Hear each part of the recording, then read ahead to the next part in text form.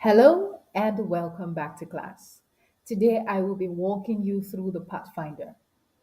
This tool is designed to help you know which direction to take. And even if you don't find the exact spot, you will be able to have a sense of direction. For example, am I going to northeast or northwest? It's possible I cannot determine which direction I'm going, but I do know there is a general sense of direction towards the north. As I begin to head toward the north, what happens is I start to have more clarity. Or do I want to stay in north central? Oh, by the way, I'm describing with Nigeria.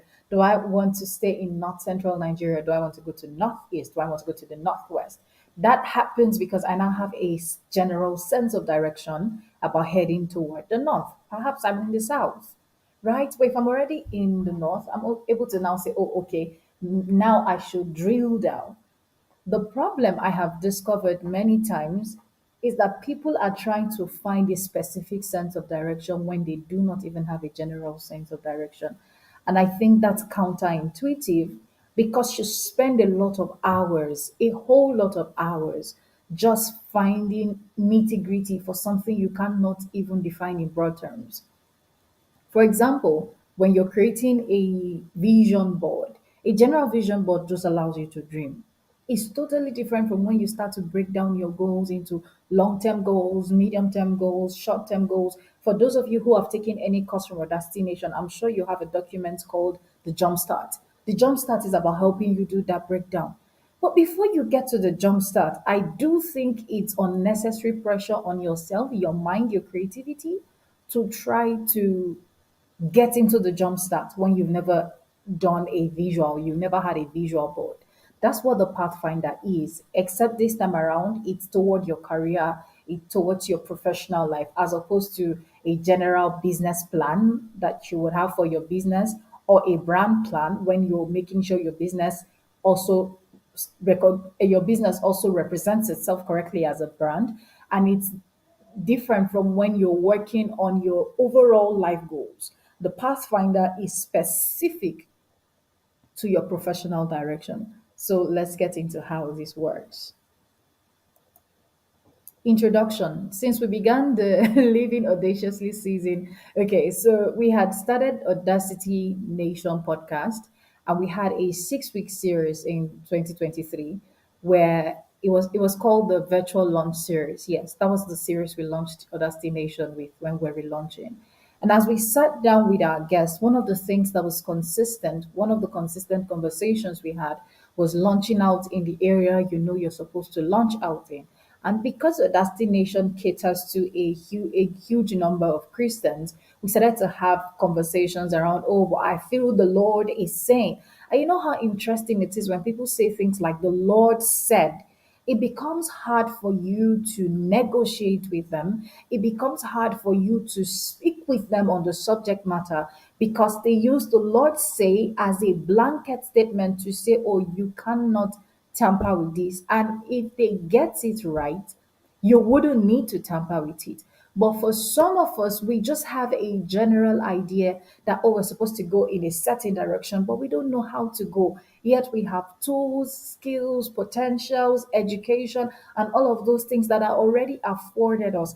I strongly believe that the opportunities that come to us, the skills we have, the strength we have, is supposed to do something to our purpose and our vision overall. Depending on the word you choose. If you say, oh, this is my purpose or this is my vision, the gifts and skills, the opportunity, the strength, the whole thing you have, the whole thing, we're going to go into it, that you have is supposed to contribute to it. Right. So, what this document would help you do, whether you feel the Lord said or whether you just think your life is going in a certain direction, is it's going to help you see. It's going to help you see the gift you already have that you're missing out on. How to use the Pathfinder. You don't have to finish this in one sitting. I'm going to walk through it in one sitting because obviously I walked through the document. I created the workbook, this short version you see right now, and the extended version. And so I can afford to walk through it. But if this is your first time, please take your time. I'm sure I walked through this for a number of years. And I do believe you need to review this every few months, every few weeks, every few years. Yes, because the review begins to expand as you go. So don't pressure yourself to finish it at once. Read the explanation on each level. You will be able to download this document. The answers won't be perfect at first, so give yourself grace and you'll be able to walk through this across a certain number of weeks if you do put your heart to it. Let's start with your first P's. Three P's. You have potential, passion, and power. Let's look at how they come together. Your potentials are things you do exceptionally. If you sharpen them, are things you will do exceptionally if you sharpen them professionally. Examples are talent. These are things you do instinctively and without stress. Others might have to learn it, but your guts just know how to do them. For some people, it's painting, nursing, for some animal care. For me, it's writing and music. I used to think my most natural talent was music because the first thing I wrote as a 10-year-old, 10 or 9-year old, was a song. And it just occurred to me this year, this is 2024, I'm recording this video in 2024. It just occurred to me that my most natural talent is writing, not music. I wrote a song. The writing was the talent. And I started to give myself a challenge to write every day this year. The first day of the year, January 1st, I wrote 6,000 words in 6 hours. That is a record. That is a crazy record.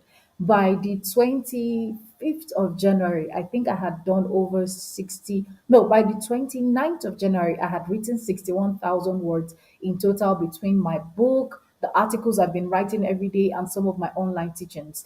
That's a lot.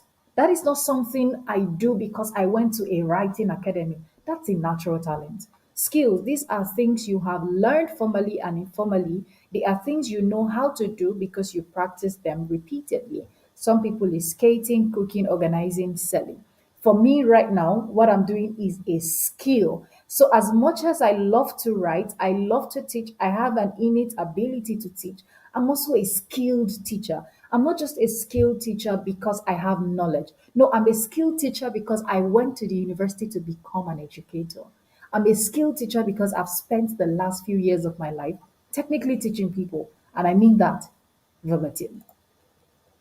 So on the next pages, you'll be able to write your potentials, list out your skills. All of this page is for you to list out your skills. Now, passion. Remember, we're working on your three P's. Your passion connects with your emotions. You process these things emotionally, then you rationalize them. For me, if you listen to me talk all the time, one of the things you notice is that I am passionate about healing. Pain points, when I see things like trauma, it drives me mad. I hurt like this happened to me. Irritation points, there are things that irritate you as a person. For some people, you scattered spaces. Every time you get into a place, you are really reorganizing it. Some of the things that irritate me, for example, would be a lack of knowledge. I hate it when I'm in a place and lack of knowledge is making people take wrong decisions.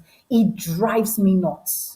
Like it literally just irritates me. Or when I see someone with a microphone or someone in a position of authority and they lack knowledge about what they are speaking of, it is part of the reason I find it difficult to sit through classes where the teacher doesn't know what they're saying. And I don't mean that in a rude way, like, oh, I know everything. No, I'm saying when someone stands in a position of authority and they're wielding that authority and oppressing other people with that authority and they're not really knowledgeable in the field, I find it really irritating. That's because it's my thing. Teaching is my thing. Remember when we spoke about your potential, your anger points, these topics get you pissed. You might even lose your cool and argue in public, regardless of how calm I want to be. There are certain conversations around relationships, around dating, around sex, around trauma. I get really pissed that I lose my cool. I'm no longer the calm Liza that you know. I just respond. Why? Those are conversations that are around my pain points, irritation points, and anger points. For you as a person, what are the things that hurt you, the things that irritate you, and the things that offend you? Your passionate responses make you wish to fix it. So when I find someone who is ignorant, I teach them. When I find someone who is molested, I fight for them and I want to help them heal. When I find someone who doesn't know what they are saying and they're saying it with so much boldness, I am angry enough to confront them and correct it. I remembered sitting in a class one time and someone said, "Oh, people who are suicidal don't have use for their life. That's why they were suicidal." I glared at the person. This person was older than me. I remember glaring at the person like, "How dare you say that?" See, that's a response that makes me want to fix that comment. Why? It's a passion point. So the next page is for you to write out your passion by taking clues from your strong emotional responses: pain, anger, and irritation. Pain is hurtful. When you see this thing, it's hurtful. Anger, when you see it, you flare up. Anger says, in the words of Dr. Anita Phillips, she said, anger is what you experience when something valuable has been treated lesser than it is worth. Irritation, look at, think of the word disgust, like something nasty, something irritating, right? That's the concept of irritation. I need you to think of disgust. What are the things you see that make you irk? You have that irk feeling, that what is this nonsense? Get it out of my presence. You have that feel, that experience. Those are things that irritate you.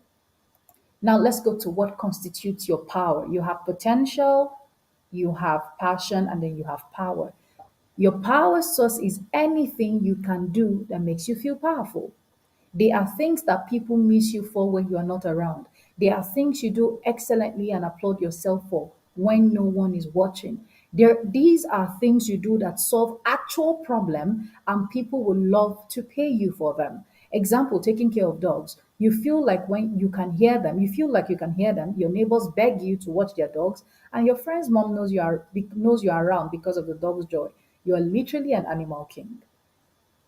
Do you get that? You enjoy walking the dogs. You feel like, oh, I can even hear them. Like they're so cool. And everybody loves you. Everybody wants you to watch their dog because they know their dog will be taken care of. And the neighbors know that, oh, when so person is around, no wonder the dog's acting like that, so and so is around. That's your source. So that's a power source.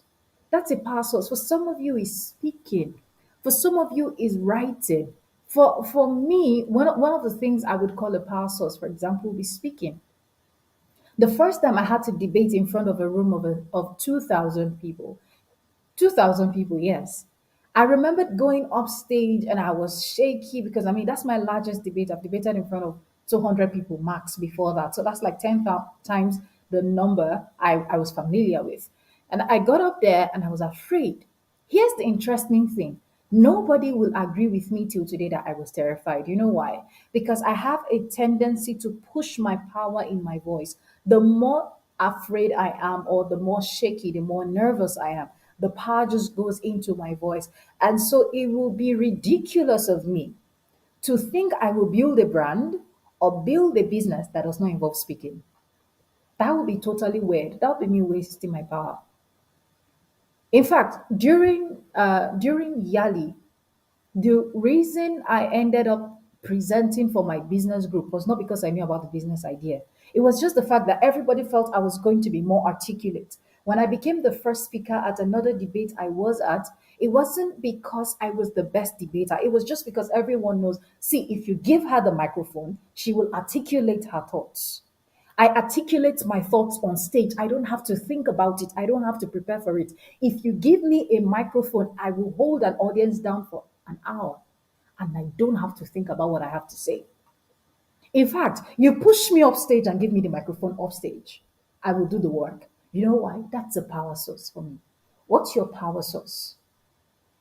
If you combine your passion, your power, and your potential, we're headed somewhere. Write out all your power sources. I want you to write it out. Everything you do with so much power, everything you do with grace that people love to pay you for. Another thing that's a power source for me is tech. I'm not a very, very, very techy person. I don't code. I never intended to code. I still don't intend to learn how to code. But one thing I do know is that if you bring a tech tool around me, I would automate how that thing works. I'm going to find a way to make that thing work automatically. And it's not because I'm going to touch it. No, I'm just going to think my way.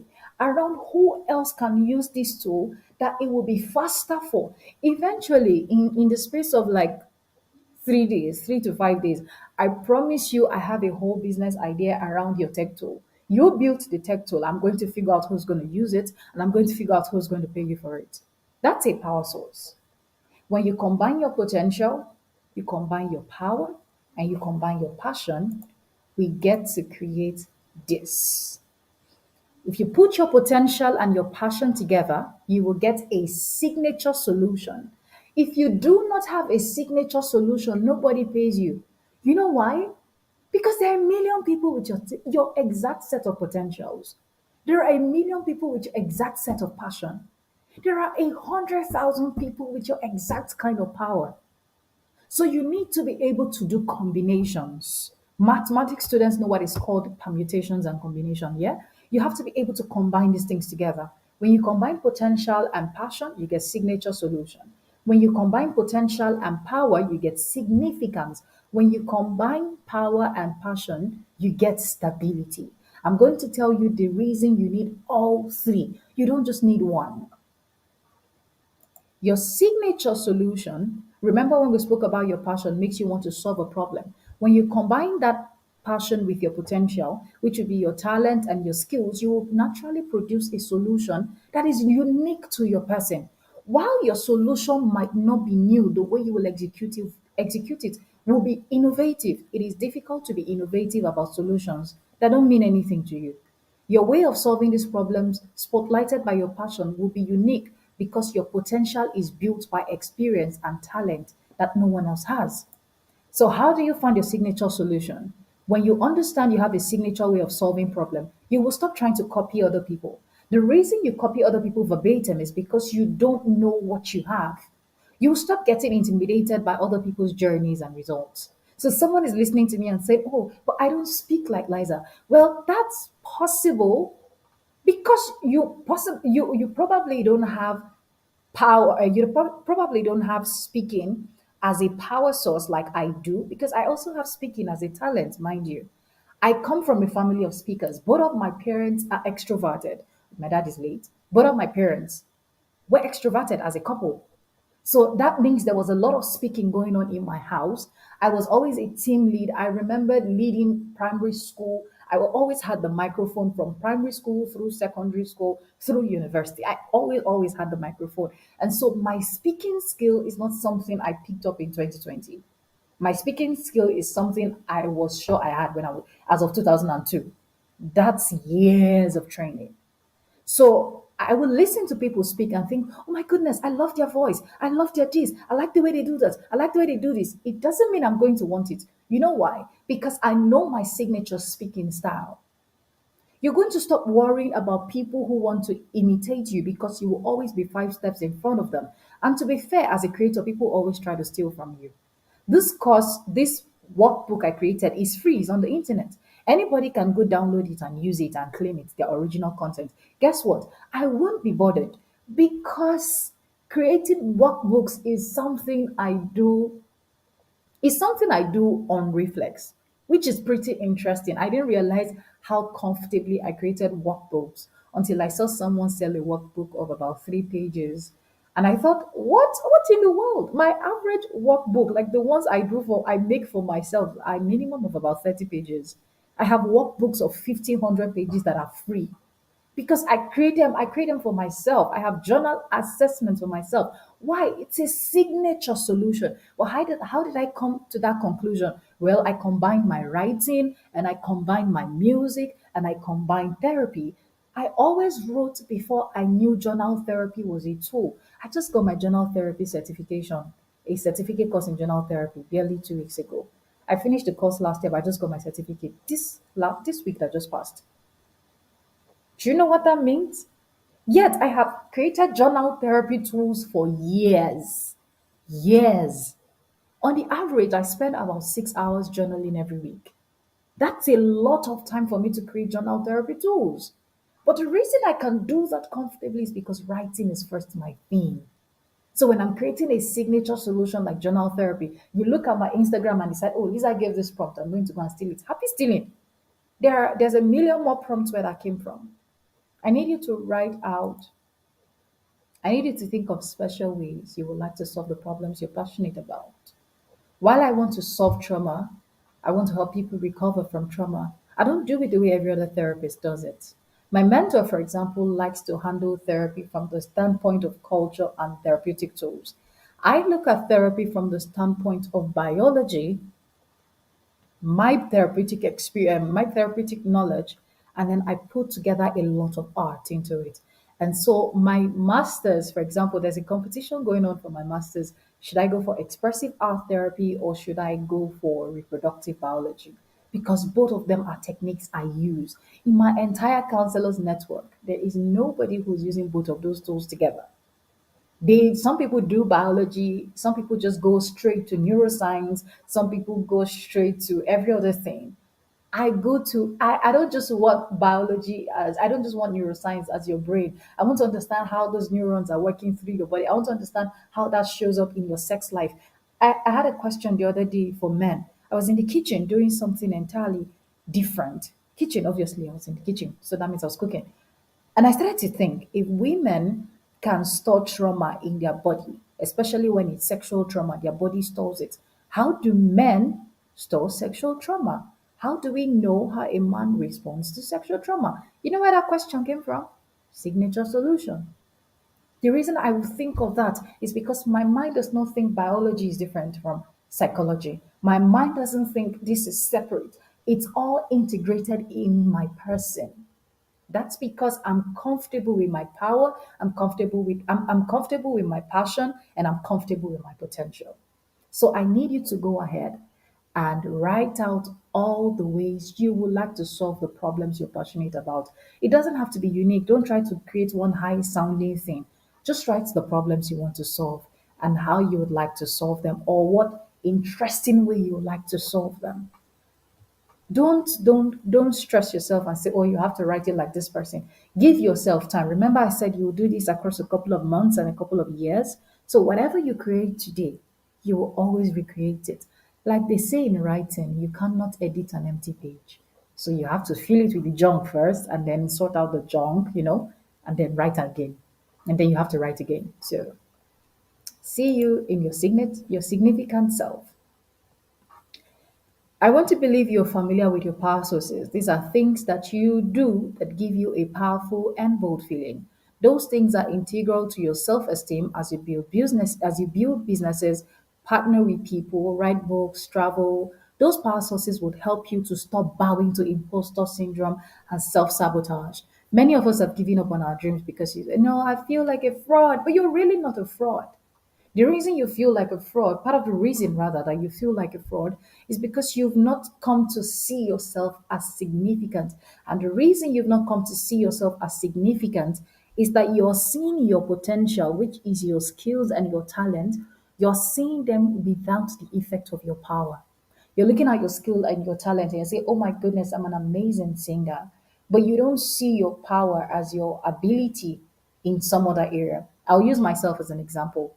When it comes to music, I feel like an imposter. I used to feel like an imposter. I'm not doing music presently, so but I used to feel like an imposter every time I held a microphone. I always felt like I didn't really belong on the stage. And that's not true. Because every music coach I ever had when I was serious with music had one single fight with me. Why are you not doing music full time? Because my house is also a musical house. We're not just a family of speakers, we're a family of singers. Every musical path you can think of used to be in my house completely. My younger brother plays three instruments, if I'm not mistaken.